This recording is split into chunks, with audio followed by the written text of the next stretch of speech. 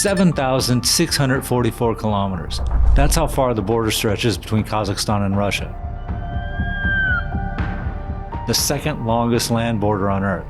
Flat steppe, few natural defenses, thousands of unguarded crossings. Like Ukraine, some parts of Kazakhstan's north are majority ethnic Russians. Сейчас Россия жопу Украине надерет. Берите наш Петропавловск к себе, как Крым. Like Ukraine, Russian politicians and pundits have pushed for annexation for years. Казахстана просто не существовало. Получил больше всего Казахстан. But in 2026, the rhetoric sharpened. Игры кончились. Плевать на международные права, международный порядок. The threats became more frequent, more explicit, more official. Нельзя согласиться с существованием суверенного Казахстана. So the question isn't hypothetical anymore. Could the Kremlin invade Kazakhstan as it did Ukraine? I'm Bruce Pannier. I spent 4 decades covering Central Asia. This is the Turan Research Center, where we cut through the noise to break down real risks, real capabilities, and real scenarios. If this kind of analysis is valuable to you, help us reach more people. Like, share, subscribe, and leave your opinions in the comments. Now let's get into it. Нельзя согласиться с существованием суверенной Армении, или суверенной Грузии, или суверенного Азербайджана, суверенного Казахстана, суверенного Узбекистана, Таджикистана, Киргизстана. Ничего суверенного в этой новой модели существовать не может. Among all the Central Asian republics and South Caucasus states mentioned by Dugin, Kazakhstan stands out as uniquely vulnerable to Russian military aggression. The regions are both geographic and demographic. First, the geography. Kazakhstan shares a staggering 7,600-kilometer border with Russia, one of the longest land borders in the world. Much of it runs through sparsely populated steppe, largely undefended and accessible. For comparison, Ukraine's pre-2014 border with Russia was roughly 2,000 kilometers. Kazakhstan's exposure is nearly 4 times as great. But geography alone doesn't tell the full story. The real vulnerability lies in the north. Kazakhstan is home to the world's largest Russian diaspora. Russians make up approximately 14% of the national population, but in North Kazakhstan region, they constitute roughly half of all residents. In some border cities and villages, they form outright majorities.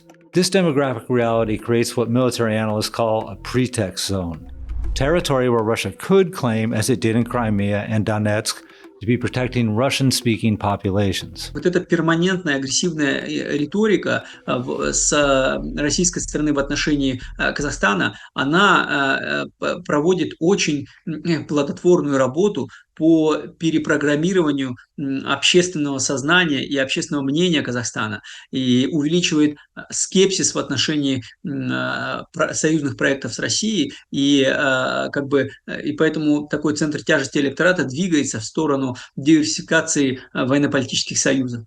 И на какой-то более длинной исторической перспективе это может привести к тому, что создастся запрос на альтернативные военные блоки в Казахстане. Gaziz Abishev warns that while Kazakhstan might face few immediate military obstacles to a Russian incursion, an invasion could trigger severe diplomatic consequences for Moscow, including the potential establishment of American or Chinese bases along a new border. Нам нужно каждому готовиться, вот каждому казаху нужно думать, а каким образом ты будешь завтра, когда придет враг. Вот он придет, потому что он придет. Все, здесь мы его не сдержим, наша армия его не сдержит. Вот как бы нужно всех этих иллюзий лишиться сразу, раз и навсегда, и думать о том, что вот Украина там 4 года сопротивляется, а мы там меньше Украины там в 3 раза, значит будем там 1,5 года сопротивляться. Ничего подобного. То есть каждому из нас нужно готовиться к партизанской войне. Political analyst Dosym Satpayev put it bluntly. Kazakhstan's fate is linked to Ukraine. If Ukraine can be easily sacrificed to appease Putin, what does that mean for Kazakhstan? Should serious problems arise here, no one will pay attention. Как показал пример Украины, начиная с 2014 года, саботаж внутренний и поддержка агрессора изнутри. Это опять же к вопросу о слабости и о пятых колоннах. Yet Kazakhstan's leadership has long understood this precarious position. Before becoming president, Kassym-Jomart Tokayev wrote, "For Kazakhstan, located at the center of Eurasia's life-giving arteries, fate itself has ordained a so-called multi-vector policy. To limit ourselves to one country, no matter how large or influential, would be unreasonable and simply counterproductive, as it would contradict our strategic interests." This multi-vector approach requires a delicate balancing act, one that plays out in real time. In early November 2025, Tokayev traveled to Washington, where he and other Central Asian leaders met with President Donald Trump. Mr. President, first of all, I would like to express my sincere gratitude to you for convening this truly historic meeting at the White House. Astana signed investment agreements and announced its intent to join the Abraham Accords, signaling closer ties with the West. But just days later, Tokayev was in Moscow for a two-day visit, which he called perhaps the main event of this year. Наши страны имеют общую историю, общую память, общие ценности. Дружба наших народов предопределена самой судьбой. There, Kazakhstan and Russia signed a declaration elevating their relationship to a comprehensive strategic partnership and alliance, a designation Russia reserves for only a select group, including China, India, Iran, and Belarus.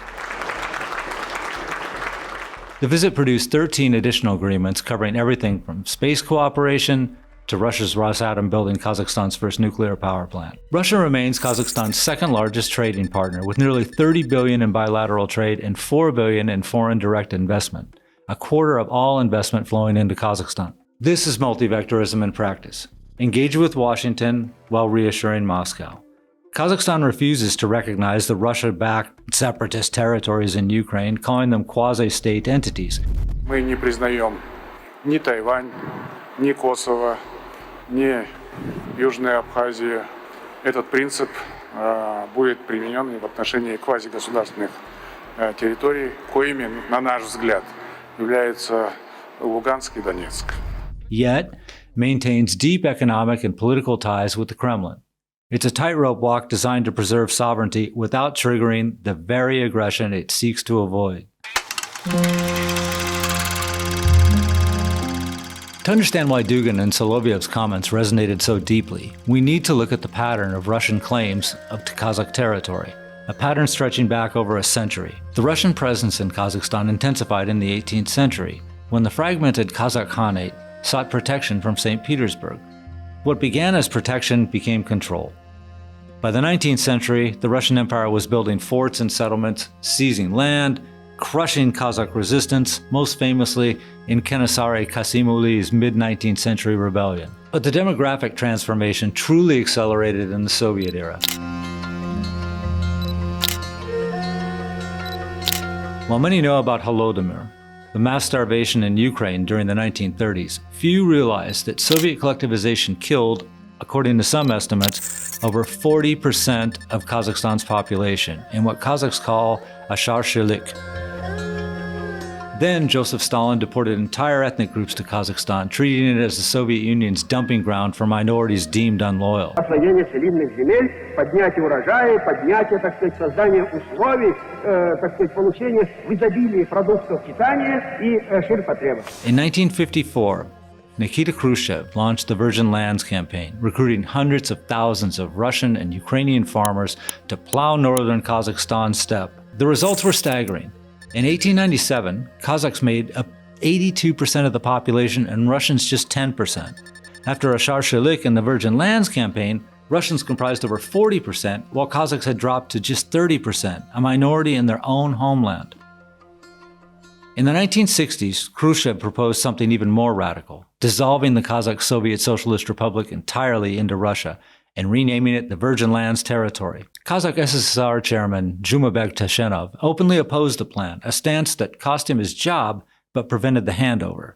Then came the Soviet collapse, and almost immediately the threats resumed.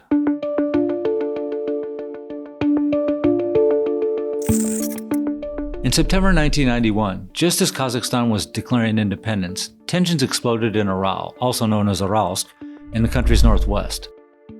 В день вашего праздника 400-летия служения России в едином казачьем строю 11 казачьих войск. Local Russian Cossacks sought to celebrate their 400th anniversary of serving the Russian crown despite opposition from Kazakh authorities.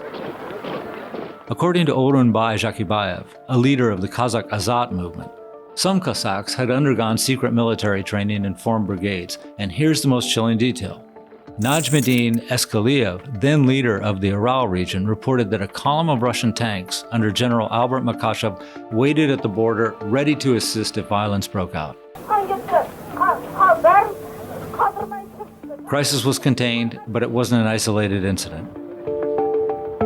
In 1994, 10,000 Russians gathered in Ost-Kamen, also called Ost-Kamenogorsk, demanding Russian autonomy, dual citizenship, and Russian as the state language. Первый лозунг – это за мирное присоединение к России. Так как мы испокон веков славяне, мы защищали именно южные рубежи Отечества. Второй у нас был лозунг – это придание русскому языку статуса второго государственного. The city saw a minor Cossack uprising in 1996-1997, followed in 1999 by an attempted coup against the local government led mainly by Russian citizens. It was later dubbed Pugachev's Rebellion after an 18th century Cossack who revolted against Catherine the Great. The mastermind sought to break away from Kazakhstan and established the Russian Altai in eastern Kazakhstan province. В это время я говорю, надо переносить столицу. President Nursultan Nazarbayev responded strategically. In 1994, he announced that Kazakhstan would move its capital from Almaty to a small northern city called Akmola, later renamed Astana. Сегодня нами движут серьезные экономические соображения, желание иметь город, который изначально можно отстраивать как столицу независимого государства. The move, which happened 3 years later, brought government workers and attracted migrants from the ethnic Kazakh south. He also settled Khandas, ethnic Kazakh repatriates from China, Mongolia, and Uzbekistan in the north.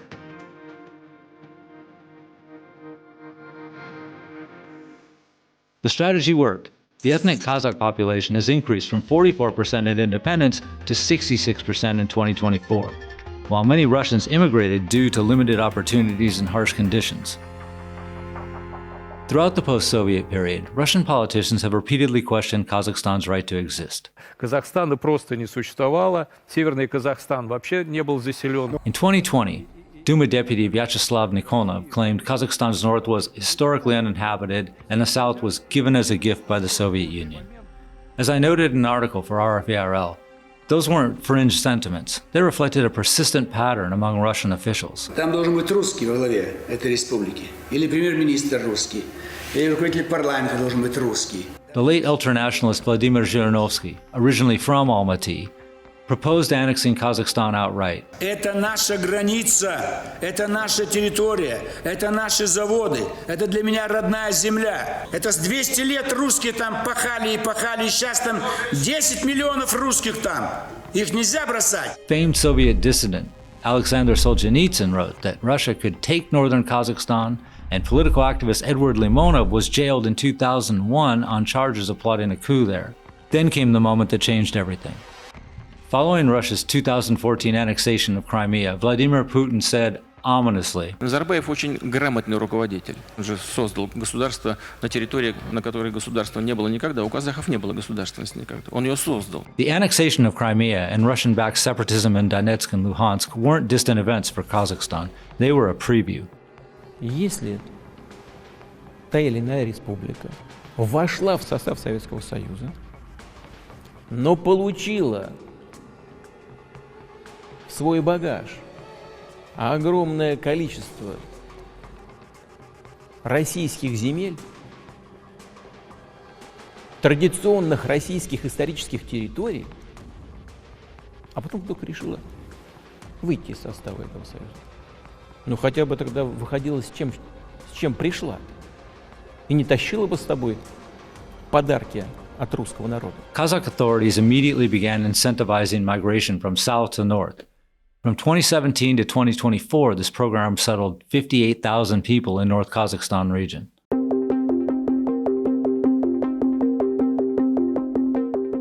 But demographic engineering alone isn't enough to prevent separatism. Kazakhstan's government understands a crucial lesson from Ukraine and other conflicts. Ethnic tensions and grievances provide the fuel that Russian propaganda ignites. The solution? Prevent those grievances from forming in the first place by strictly policing ethnic hatred from all sides. Kazakhstan has deployed Acts 174 and 180, laws against inciting ethnic hatred and separatism, as key tools in this strategy. And critically, these prosecutions don't target just one community. The cases illustrate an even-handed approach. A pregnant Kazakh teacher was prosecuted under Act 174 for posting a TikTok video declaring, "There's no place for Russians here. Those Kazakhs who can hear me now teach Russians because they are stupid and dumb." On the other side, the director of a major Russian language radio station was investigated after threatening to call Uncle Vlad for help and telling a Kazakh woman to shut her toxic nationalist mouth during the 2022 Ukraine invasion. Признать Инсибек Темирлан Маратула виновным в совершении преступления, предусмотренного статьей 174, часть 1 Уголовного кодекса Республики Казахстан и назначить ему по данной статье наказание в виде ограничения свободы на срок 5 лет. Blogger Tamerlane Ensebek received a 5-year sentence of restricted freedom for posting the song Yo Russians, a vulgar rap that insulted Russians and Uzbeks. According to North Kazakhstan Region Police Chief Ruslan Satpayev, prosecutions under both Acts 174 and 180 rose sharply in 2023. Many stem from online tirades, social media posts, some calling for Russian annexation, others insulting ethnic Kazakhs or Russians. The logic is clear.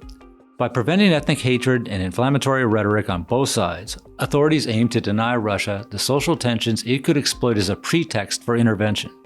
It's a strategy born from watching what happened in eastern Ukraine, where grievances, some manufactured, some real, provided cover for separatism. But more concerning threats remain. In April 2023, a video from a college in Petropavlovsk went viral, showing members of a so-called People's Committee of Workers declaring independence, self-sufficiency, and sovereignty. Ввиду фиктивности правовой основы корпорации Республики Казахстан, ввиду создания неблагоприятных условий для жизни народа, а также по причине недееспособности и бесчестия ее агентов, заявляем полное недоверие всем учредителям и служащим системы управления нашим достоянием и ресурсами. While such declarations alone might seem theatrical, they occurred amid statements by Russian politicians questioning Kazakhstan's statehood, rhetoric that closely echoed what preceded the Ukraine invasion. Russian state media has actively stoked these tensions, accusing Kazakhstan of training a new generation of Russophobes for simply teaching the historical reality of Kazakh suffering under Tsarism and Soviet rule. Если казахи прошли через века выживания, то значит культура и гены хотят выжить и хотят строить собственную государственность. И они неизбежным образом будут строить свою государственность, которая не обязательно антироссийская, просто она самостоятельная и хочет быть, страна хочет стать самостоятельным, сильным, эффективным национальным государством. В то время как отдельные радикалы внутри российского политического поля, они стремятся, они бы хотели, чтобы Казахстан продолжал оставаться духовным, политическим, социально-экономическим сателлитом России. In a telling sign of how sensitive this balancing act has become, Kazakh authorities even opened an investigation against Aybek Abdurrahmanov, who runs a YouTube channel on Kazakh history. Меня встретил следователь и сказал: «Вы почему занимаетесь русофобией?» The investigation cited not his videos themselves, but the allegedly anti-Russian comments they inspired. Similarly, Aslan Tolaganov, a blogger who claimed to expose Russophobia, was arrested for 10 days. These cases show Astana curbing any public debate from either side that could threaten inter-ethnic harmony. And the threat is very real. Late 2025 saw the leak of documents from Russia's military intelligence, the GRU, detailing active influence operations in Kazakhstan. The plans outline strategies to destabilize the country, starting in the north, including bribing elites, weaponizing claims of Russophobia, and promoting pro-Russian propaganda through front organizations. This isn't hypothetical. It's the playbook Russia has used before, and it's being deployed now. Ничего суверенного в этой новой модели существовать не может. When Dugin declared that sovereign Kazakhstan cannot exist, he wasn't making a prediction. He was issuing a threat rooted in over a century of Russian imperial ambition. His vision directly contradicts the multi-vector policy that Tokayev described as Kazakhstan's destiny, the very policy designed to prevent domination by any single power. Kazakhstan's response to Dugin and Solovyov's rhetoric has been conspicuously muted, drawing criticism from activists who argue the government should push back harder. But Astana faces an impossible balance, affirming its sovereignty while avoiding provocation that could be used as a pretext all while preventing the ethnic grievances that could give Russia its opening. Потому что до 2014 года, до вот проекта «Крым наш», такие же частые заявления в течение нескольких лет звучали в адрес Украины. Мы знаем, чем это закончилось. Сейчас немножко ситуация, конечно, поменялась, потому что, российская власть начинает уже волновать вопрос будущего. А в частности, что делать вот с таким большим количеством людей, которые сейчас воюют в Украине и рано или поздно вернутся назад в Россию. То есть я думаю, что, скорее всего, вот эти все вбросы, которые сейчас делаются с поиском новых врагов, к ним нужно относиться серьезно, потому что, да, всегда можно предположить, что вот эту всю негативную энергию и внутренний социальный, скажем так, вот потенциальный взрыв, который могут нести вот эти все ветераны войны в Украине, которые появятся в России, вот, их нужно куда-то перенаправить, эту энергию. The question isn't whether Kazakhstan faces a threat. The question is how long the fragile geopolitical balance can hold and whether the international community will care when it breaks.